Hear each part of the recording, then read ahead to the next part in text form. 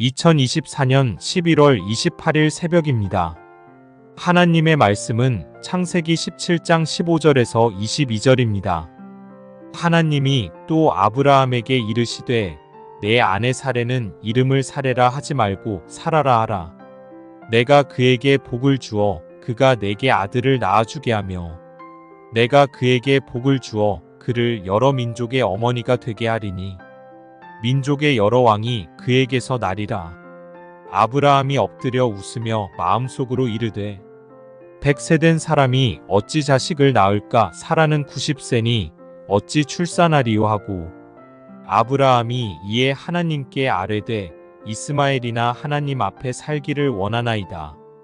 하나님이 이르시되 아니라 내 아내 사라가 내게 아들을 낳으리니 너는 그 이름을 이삭이라 하라. 내가 그와 내 언약을 세우리니 그의 후손에게 영원한 언약이 되리라.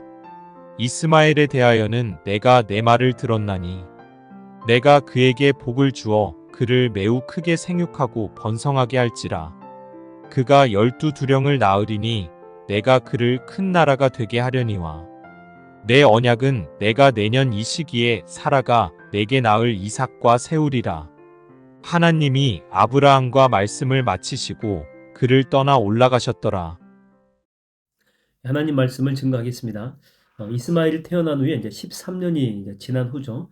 그런 후에 하나님은 아브라함에게도 그렇고 또 오늘 본문에 보니까 그의 아내인 사라를 통해서도 새로운 아이를 주겠다라고 변함없는 그런 약속을 하십니다. 근데 그때 이제 보이는 그 아브라함의 반응이 뭐냐면 안 믿죠. 예. 제가 뭐 한 번 속지 두 번 속습니까? 75세 때 약속받고 이제 뭐 99세가 된 거죠. 뭐 나이고 또 24년이 지났지 않습니까? 이제 이스마엘이 13살이 됐거든요. 뭐 성년식을 치르게 되면 이스마엘도 충분히 아브라함의 뒤를 이을 만큼 장성한 상태입니다. 그래서 뭐라고 합니까?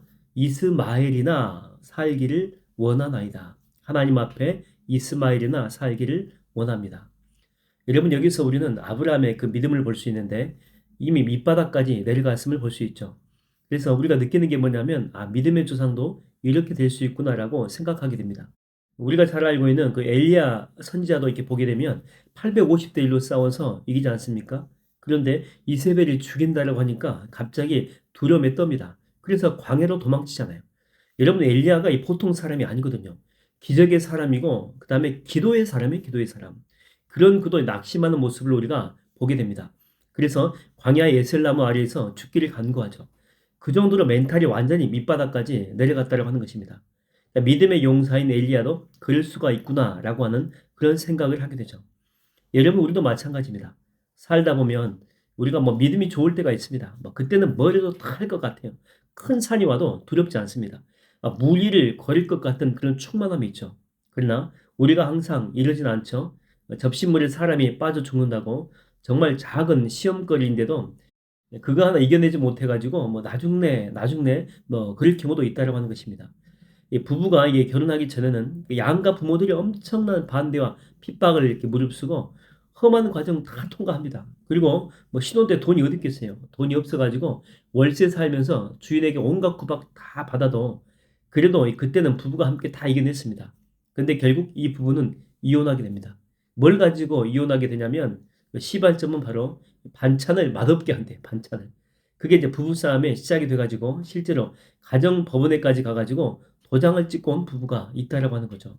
나는 뭐 큰 시험도 이겨낸 대단한 사람이다. 근데 여러분을 무너뜨리는 것은 큰 시험이 아니라 작은 시험도 될 수 있다라고 하는 것입니다. 누구나 이렇듯 이 크고 작은 시험에 걸려 넘어질 때가 반드시 온다라고 하는 거죠. 그런데 그럴 때 시험이 와가지고 넘어질 때 그 후가 중요하다라고 하는 것입니다. 첫 번째로 다시 회복하는 사람이 있어요. 내가 넘어졌구나 라고 생각하고 또 회개할 것은 회개하고 또 용서할 게 있다면 용서하고 다시 이렇게 믿음으로 시작하는 사람이 있습니다. 이런 사람은요, 믿음이 훨씬 이제 업그레이드, 커지게 된다고 하는 거죠. 아브라함이 그런 사람 아닙니까? 나중에는 자기 자식 이삭까지 바친다니까요. 다시 살려줄 줄로 믿고, 그러니까 믿음이 엄청 커진 것입니다. 그런데 또 어떤 부류가 있냐면 그 시험 속에서 평생 살아가는 사람이 있죠.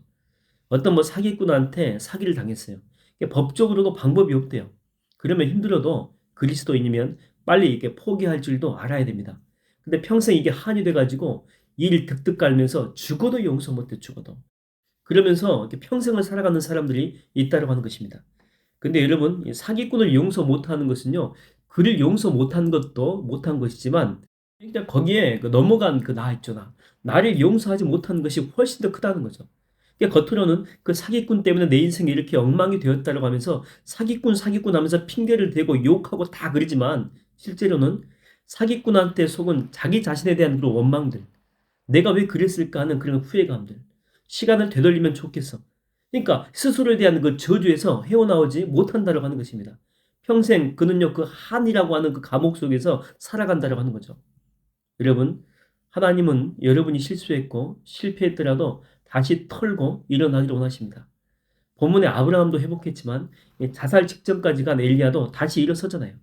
호렙산에서 하나님의 음성을 듣고 사명을 회복하고 남은 인생 주님께 드리고 정말 후반전을 더 아름답게 살아가지 않습니까? 여러분, 실수는요, 누구나 할 수 있습니다. 자, 그런 후가 중요하죠. 엎어진 물이고 돌이킬 수가 없어요. 그렇다면 회개할 것은 회개하고 주님의 은혜가 필요한 부분이 있다면 정말 간절히 주님의 은혜를 구하고 남은 인생 새롭게 시작해야 되지 않겠습니까? 누구든지 그리스도 안에 있으면 새로운 피조물이라. 이전 것은 지나갔으니. 이전 것 다 지나갔다는 거예요. 보라, 새 것이 되었도다. 여러분, 아직 우리가요, 살아갈 날들이 참 많이 있어요. 하나님의 큰 일을 하기엔 충분한 시간입니다. 그래서 저는 여러분들의 그 남은 시간이 이 과거를 한탄하며 보내는 것이 아니라 주의 영광을 위해서, 하나님 나라를 위해서, 무엇보다 복음을 위해서 드리는 값진 인생과 삶이 되기를 주의 이름으로 축원드립니다.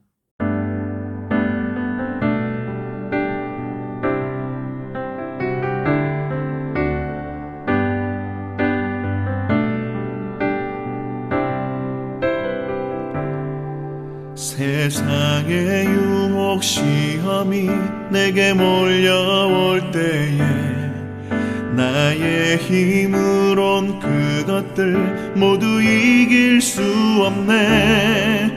거대한 폭풍 가운데 위축된 나의 영혼 어찌할 바를 몰라 헤매이고 있을 때 주를 찬양, 손을 들고 찬양. 전쟁은 나에게 속한 것 아니니 주를 찬양, 손을 들고 찬양. 전쟁은 하나님께 속한 것이니.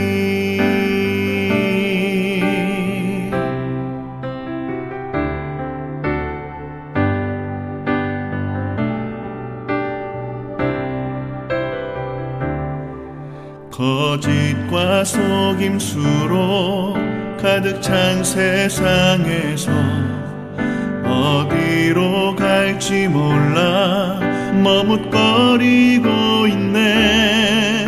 공중의 권세 잡은 자 지금도 우리들을 실패와 절망으로 넘어뜨리려 하네. 주위를 둘러보면 아무도 없는 듯 믿음의 눈을 들면 보이는 분 계시네. 지금도 내 안에서 역사하고 계시는 사망과 어둠의 권세 물리치신 예수님. 주를 찬양, 손을 들고 찬양. 전쟁은 나에게 속한 것 아니니 주를 찬양,